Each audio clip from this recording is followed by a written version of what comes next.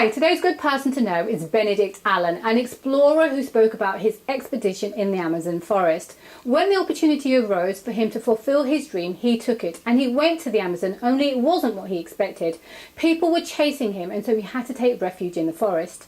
He decided to turn his adventure into a challenge and live like forest people. So he learnt their culture and he followed their customs and the traditions, and so he went through the crocodile initiation ceremony where he did whatever necessary to be accepted as a tribal member. As part of the initiation ceremony, he had to be beaten repeatedly, and so he learned the importance of teamwork to raise morale. The last 300 miles were the most challenging for Benedict, and where his endurance was tested to its limits. There were times when he wanted to give up because things kept on cropping up against him. He relied on luck to keep him alive, but soon that too was going to run out, and so again he had to change his mindset. And this time he stumbled on people who he thought would help him, only they weren't interested in him, they were interested in his bags and left him to die. With nothing to lose, he went from being a risk taker to a challenge taker, and Benedict's biggest discovery came when he realised that he wasn't alone. No matter what situation he was placed in, he had the knowledge to keep going.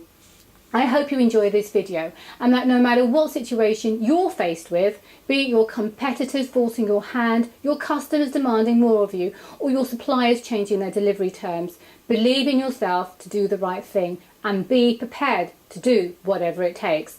Thanks for watching.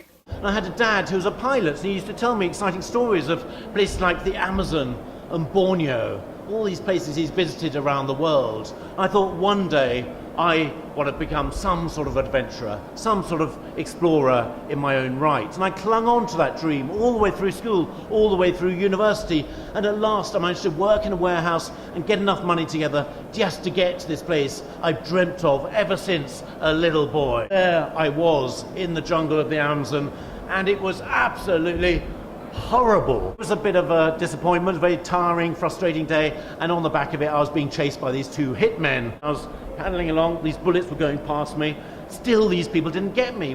Why on earth not? And it turns out that these people couldn't multitask. They couldn't paddle a canoe and kill someone at the same time. And I jumped into this forest and suddenly I realized I was safe. This place that seemed so scary to me, that offered up all these insects and piranhas and snakes and all the rest, could actually be on my side. And I realized that this place that was so scary could actually be a resource, as of course it was for the local people. I began to change my mindset and not think of it being in terms of survival, coping with this environment, but actually thriving here. I decided one day I'm going to try and cross the whole of the Amazon basin, the greatest rainforest in the world. We walk across from the northwest to the southeast, take on this great challenge. I thought I could settle in with these forest people and they could teach me how to see this place as a home. And that's what I did. I settled in with local people who unfortunately turned out to be headhunters. Who am I to judge? I've come out here as an outsider, and this man knows how to survive. So I thought what I've got to do is not be arrogant, not judge him, and simply learn his culture, learn how he has learned to cope in this highly competitive world. I began to learn about their customs. This boy wasn't going to gain any recognition in his society until he'd been through some sort of ceremony to make him a man. And he said, in fact, if you want to understand our world, then you should have the courage of your convictions and do whatever it takes. And I said, what's happening? Is there some exciting news? They said, yes, amazing news. The first outsider ever in our history is going through the crocodile initiation ceremony, and it's you. The great thing was, you will have had this feeling yourselves. You've been through a crisis, you've been pushed to the limit, and you got through it, and you think to yourself, wow, I'm better for that, and I know tomorrow's going to be a better day. The real part of the ceremony, the bit that the ceremony was all about, were the beating sessions. Quite honestly, I was getting sick of being beaten every day, 4 times a day. Biggest lesson you could ever learn in the rainforest, as in every competitive world, including yours, is that you can't do it alone. You have to work together. We were encouraged to try and be positive, as you would in any crisis. You know what it's like, you've got to try and raise morale as best you can. And of course people were dancing around, singing around as best they could to try and keep their morale up, because we knew we wouldn't be allowed out of this nest until we had indeed proved ourselves as people who could cope.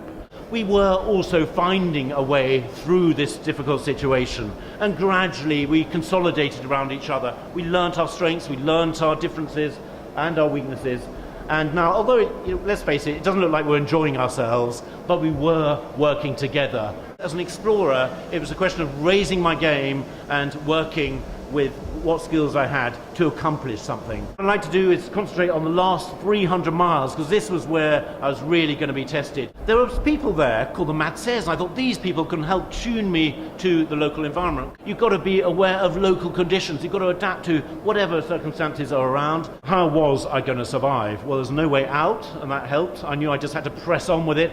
And Pablito began helping me read this forest, helping me work out what was on my side. Because if you're in a highly competitive world, you do need your allies, but where are they? You've got to filter out the noise, focus in on those elements that can help you. I sat myself down, and this is what I do at this crucial moment of any expedition, when it's up to me to fulfill something, fulfill a dream, fulfill an objective. I gather myself together and just steadied myself. I checked through my backup plan. Plan A, my primary objective, my plan B, which is if I have to deviate from an objective, and my plan C, my exit strategy. Bearing all this in mind, gathering myself together, I washed my teeth every day to keep myself mentally alert, ready for whatever came at me through this forest. And off I went. A couple of weeks later, I realised things were starting to go slightly wrong. I had no backup. I realised I had to be at the top of my game every single day in order to cope, and I was no longer properly coping because I was effectively reliant on luck coming my way. I was going to fruit trees, hoping the monkeys would chuck stuff down, or I was simply looking around for handouts. And if you do that, then sooner or later your luck will run out. I began making mistakes. Now I was someone who's stumbling along, not alert, not looking for opportunities, not looking for dangers. Things were pretty well going downhill. You see, I'm no longer shaving. I've got sweat all over me. That sweat is a perfect medium for a lot of the nastiest skin parasites. I was not fit. I needed a miracle in order to survive. Amazingly, I got a second chance. I was handed another opportunity, and it was by these people. I stumbled into a clearing. He was head of a logging gang. He was an illegal logger. Shouldn't have been there, but he said to me, look, there's 15 of us. We struggle along in this environment. How do you think you're going to cope? And this is what we did. We came to a river. We cut down a tree to make a little bridge across the river. This is what you have to do if you come across the river. And these two men took my 2 bags. They helped me carry those 2 bags ahead of me across this log, across this river. And I was just about to step on that bridge, this log that we'd made myself, when the 2 men turned around and kicked the tree away, separated from my belongings by these 2 people who'd effectively robbed me and left me to die. It's the slap in the face. These people who'd saved my life, in the end they decided to discard it after all. So I slumped down on the forest floor, and I felt sorry for myself, I'm afraid. But it actually takes quite a long time to die in the jungle. I began thinking, oh dear, I suppose I better make an effort, for my mum's sake. And I suddenly realised I don't have to think about risk anymore. People talk about me as a risk taker. I don't think of myself as a risk taker, I think of myself as a challenge taker. So I thought what I'm going to do is track down these 2 men, and I'm going to grab back one of my bags and carry on my expedition. Didn't have to worry about my bags, because I didn't have any. Jumped into the water, swam across, and that's what I did. I waited for dark, I sneaked into the camp of these 2 loggers and grabbed back one of my bags, just enough to give me a fighting chance. I began to move with better purpose, and I realised I'm not alone in any of these environments, and nor are any of us, because we all carry knowledge in our heads. This is the rainforest I walked out from, and it was 100 miles to the outside world. I grew stronger in myself, marching through the rainforest, making my way at last to daylight. And I came out, finally, and was safe.